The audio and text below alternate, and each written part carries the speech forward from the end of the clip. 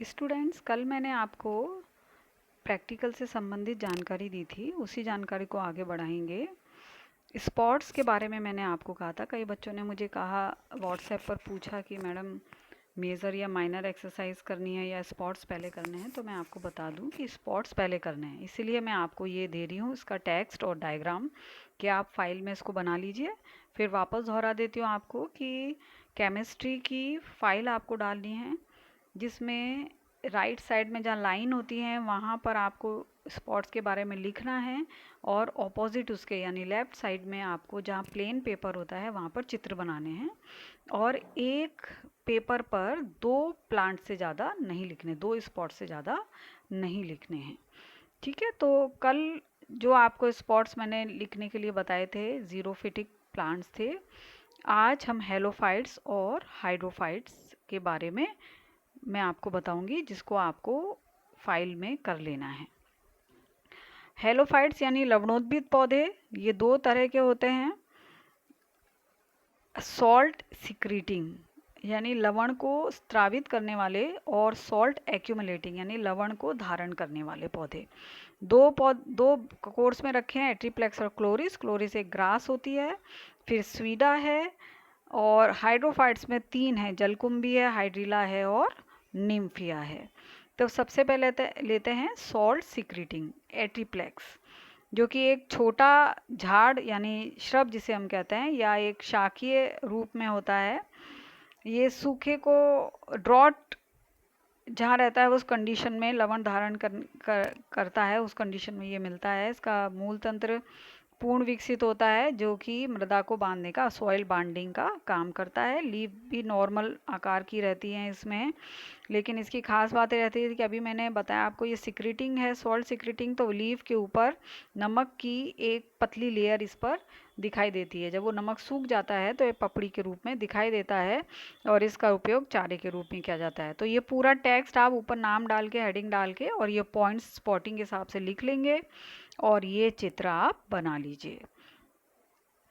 Next है क्लोरिस। एक घास होती है जो कि बहुत ही जनरली हम आप कहीं भी इसको देख सकते हैं, कहीं भी खाली जगह पर ये मिलती है, और सेलाइन जगह पर ज़्यादातर ये पाई जाती है। ये भी स्रावित करने का, सॉल्ट स्रावित करने का काम करती है। चूँकि घास है तो इसका तना जो है वो रेंगता हुआ होता है, प्रोस्ट्रेट होता है, आगे बढ़ता है। इसकी पत्तियाँ पतली होंगी, और उनकी लीफ पर, जैसे ग्रास पर, छोटे छोटे रोम मिलते हैं। इसमें भी सिक्रीट करने वाली, सॉइल सॉल्ट सिक्रीट करने वाली ग्लैंड्स मिलती हैं, और इसको चारे के रूप में इस्तेमाल किया जाता है। ये इसका डायग्राम है जो आप फाइल में बना लें। अब है सॉल्ट एक्यूमुलेटिंग, सॉल्ट को एक्यूमुलेट करने वाला। एक्यूमुलेशन के कारण इसकी जो लीफ जो होती है वो फ्लैशी लीव्स जनरली इसमें मिलती हैं। ये भी लवणीय स्थानों पर उगने वाले यानी हेलोफाइट्स, वो हेलोफाइट्स हैं जो कि छोटी झाड़ी होती हैं, और पेरेनियल सक्यूलेंट बहुवर्षीय मांसल ये होते हैं। इसका भी रूट सिस्टम जो होता है वो वेल डेवलप्ड होता है। खास क्या होता है, इसकी जो लीव्स हैं, अभी जैसे मैंने आपको बोला, इसके पत्ते जो होते हैं, इसकी जो पत्तियां होती हैं वो छोटी होती हैं और सक्यूलेंट, रसीली हो जाती हैं, और जिसे हम फ्लैशी कह सकते हैं ना, फ्लैशी हो जाती हैं, जिसमें कि लवण का जमाव होता है। और इसी लवण के जमाव के कारण सर्दियों में ये पर्ण जो होती हैं वो अपना कलर बदल लेती है। हरी पर्ण जो होती हैं वो गुलाबी लाल दिखाई देती हैं। तो स्वेडा एक ऐसा पौधा है, प्लांट है, जो कि सही मायने में एक लवण इकट्ठे करने वाला हेलोफाइट है। ये इसका चित्र है, सिंपल सा, छोटी पत्तियां, फ्लैशी छोटी पत्तियां यहाँ पर इसकी मिलती हैं, और ब्रांच्ड होता है, हाईली ब्रांच्ड ये रहता है, और छोटी लीव्स यहाँ पर दिखाई दे रही है। चित्र आप बनाइएगा इसके सामने। अब हम आते हैं हाइड्रोफाइट्स पर। हाइड्रोफाइट्स जो है वो सबसे पहला हाइड्रीला है, और ये जो है वो सबमर्ज्ड प्लांट है, सबमर्ज्ड हाइड्रोफाइट है। तो जब जो जलीय पौधे होते हैं उनकी विशेषता ये रहती है कि क्योंकि उनको पानी में रहना है, तो एक तो उनमें एयर स्पेसेस बहुत ज़्यादा होते हैं उनके इंटरनल स्ट्रक्चर में। पुअरली डेवलप्ड उनका वैस्कुलर सिस्टम रहता है, और लीफ काफ़ी छोटी हो जाती हैं, तना भी हल्का होता है, जिससे कि वो सर्वाइव कर सकें वाटर के अंदर। तो यहाँ पर भी जड़ तना पत्ती में तो विभेदित है, लेकिन जड़ें जो होती है वह अल्प विकसित होती हैं। और ये तालाब का, जहाँ तालाब के किनारे हो जहाँ ये मिलता है, तो जो कीचड़ युक्त मडी जो सॉइल होती है उसमें ये बहुत ही पतली पतली जो रूट्स होती हैं वो घसी रहती हैं। और रूट्स के ऊपर मूल रोम नहीं पाए जाते हैं, है ना। रूट्स जो एब्जॉर्प्शन, वाटर एब्जॉर्प्शन का काम होता है, और ये तो हाइड्रोफाइट्स ही हैं। तो ये जो तना होता है वो पर्व और परसंदियों में बटा रहता है, पतला होता है और लचीला होता है। और इसकी पत्तियां पतली छोटी और वर्ल्ड में घेरों में उपस्थित होती हैं। वर्ल्ड में मतलब घेरों में, तने में स्पष्ट नोड और इंटर नोड हैं। तो जहाँ पर ये नोड रीजन है वहाँ पर ये इस तरह से घेरों में पत्तियां पाई जाती हैं। तो इस तरह से ये ऐसी कंडीशन को लीफ की कहते हैं वर्ल्ड, घेरे जो बनाते हुए मिलती हैं।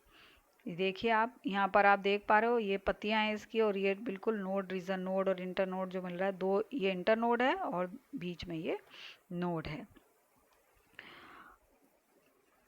ये चित्र आपको बनाना है।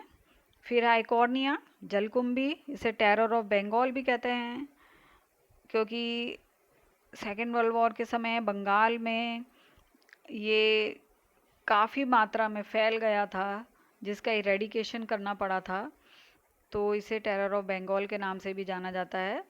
ये भी एक स्वतंत्र रूप से तैरने वाला पौधा है। यहाँ पे तैरना आएगा, करना नहीं आएगा, ठीक है। स्वतंत्र रूप से तैरने वाला एक जलोद्भिद पौधा होता है ये।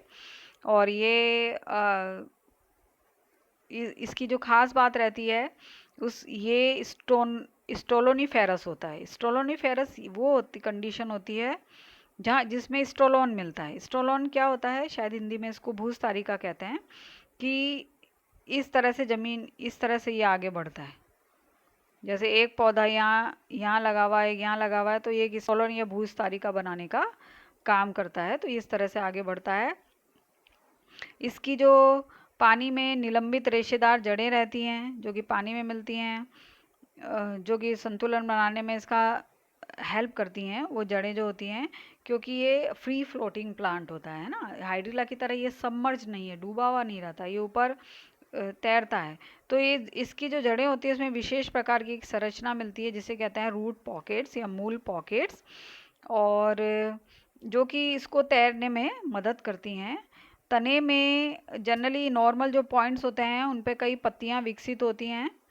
और फिर एक इसकी एक स्पेशलिटी होती है कि इसका जो पीटियोल होता है, पर्णवृंत जो होता है, वो फूला हुआ होता है और स्पंजी होता है। यानी जो इस तरह का फूला हुआ पर्णवृंत, और ऊपर ये पत्ती इस तरह से, ये इस तरह से दिखाई देता है। तो ये इसका पर्णवृंत होता है। और ये फूला हुआ पर्णवृंत इसलिए है क्योंकि इसके अंदर एयर है, एक ब्लैडर, एयर ब्लैडर का काम करता है, और वो उसके तैरने में मदद करता है। तो ये जो एक छोटा क्वेश्चन भी बनता है कि इसका मुख्य तैरने में जो सहायक अंग है वो इसका पीटियोल होता है। ये इसका चित्र है, इसमें देखेंगे, ये आप पीटियोल देखिए, ये पर्ण है, पर्ण का जो नीचे का भाग, पर्णवृंत जो होता है, पीटियोल है, और वो फूला हुआ यहाँ पर मिलता है। और रूट्स जो होती हैं उनके टिप पर यहाँ पर रूट पॉकेट्स मौजूद हैं। फिर एक फ्लोटिंग है नेक्स्ट हाइड्रोफाइट, वो है निम्फिया।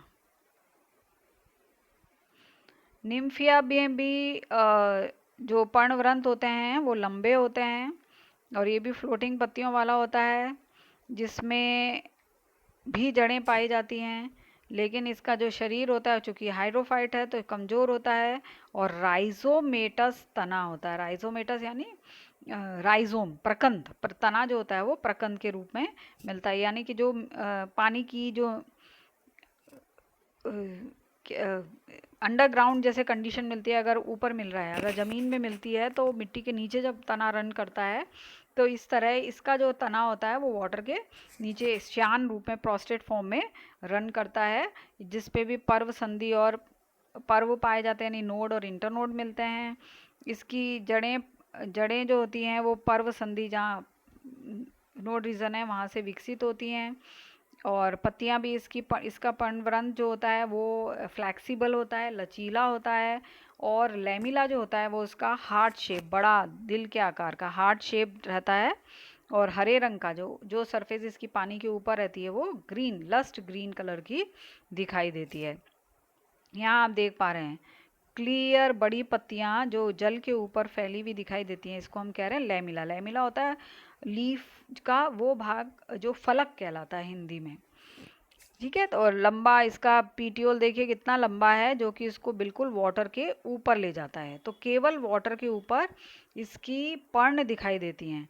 और तना जो होता है वो एकदम राइजोन के फॉर्म में नीचे जो मिट्टी जो रहती है, मड जो रहती है तालाब पोखरों में, उन मड में ये घसी हुई रहती हैं। तना जो उसका है वो घसा हुआ रहता है।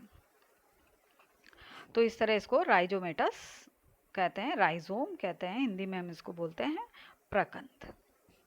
ठीक है, तो ये तीनों हाइड्रोफाइट्स जो थे वो फ्रेश वाटर फॉर्म है। जितने भी हाइड्रोनिम्फिया है, आइकोर्निया है, ये फ्रेश वाटर में मिलते हैं। तो इस तरह ये जितने भी प्लांट्स कल भी जो मैंने वीडियो में बताए थे और आज के वीडियो में भी मैं जो बताए मैंने, उन सबको आप अपनी प्रैक्टिकल फाइल में कर लीजिए। ये 1 वीक का समय जो आपका है इसमें कर लीजिए, फिर नेक्स्ट एक्सरसाइज में 1 वीक के बाद आपको बताऊंगी। Thank you.